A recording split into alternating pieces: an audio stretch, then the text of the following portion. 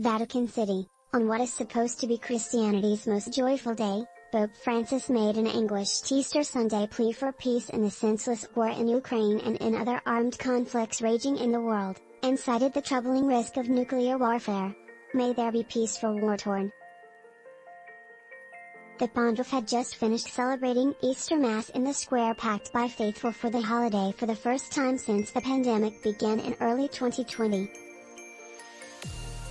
Applause erupted from many of the 50,000 people in the square and on a nearby avenue when he mentioned Ukraine.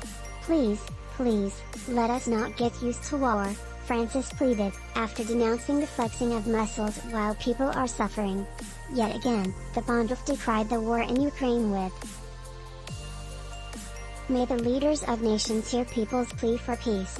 In a clear reference to the threat of nuclear warfare, Francis quoted from a declaration by scientists in 1955, "Shall we put an end to the human race, or shall mankind renounce war?" Francis also drew attention to other wars in the speech.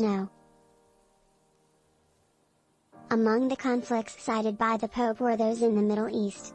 He exhorted peace and reconciliation for the peoples of Lebanon, Syria, and Iraq. He also cited Libya as well as Yemen, which suffers from a conflict forgotten by all. Earlier, the pontiff, who has a knee ligament problem, limped badly as he made his way to an altar set up in front of St. Peter's Basilica.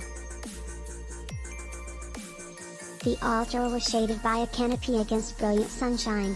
Right after the end of Mass, Francis shook hands with prelates, then got aboard the white popemobile for a whirl through the square to greet cheering well-wishers among the rank-and-file faithful.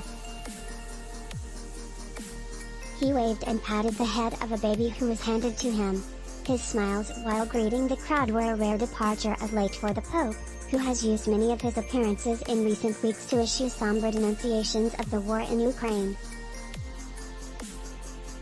Meanwhile, in London, Archbishop of Canterbury Justin Welby called for Russia to declare a ceasefire and withdraw from Ukraine. The leader of the Anglican Church said Easter is a time for peace and not blood and iron.